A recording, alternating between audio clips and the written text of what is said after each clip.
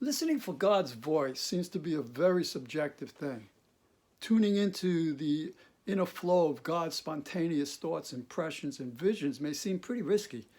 Some might even call it unhealthy. Another caution is that we can be conned by our desires and emotions.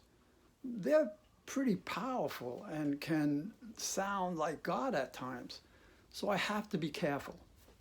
Are there any safeguards that we can follow to keep us from being deceived and misguided, shipwrecking our lives as well as the lives of others?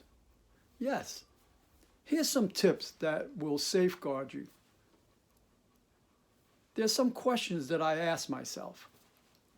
First, is what I'm hearing in line with what the Bible has to say?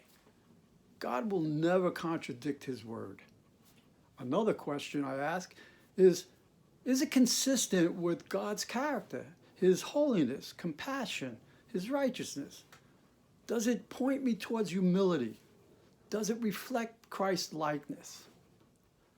A third question I ask is, does it build my faith? Will it increase my trust in God?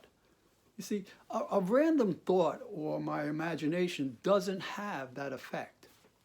Another question is, will it lead to good fruit? Will acting on what I think God is saying, will it be beneficial to me and to others in some way? And the fifth question I ask, have I sought the wise counsel of others? For my money, if what I'm hearing or feeling doesn't line up with all five of these conditions, it's not God speaking. Even if I receive a word from a so-called prophetic person who tells me the Lord says, it must still meet these terms.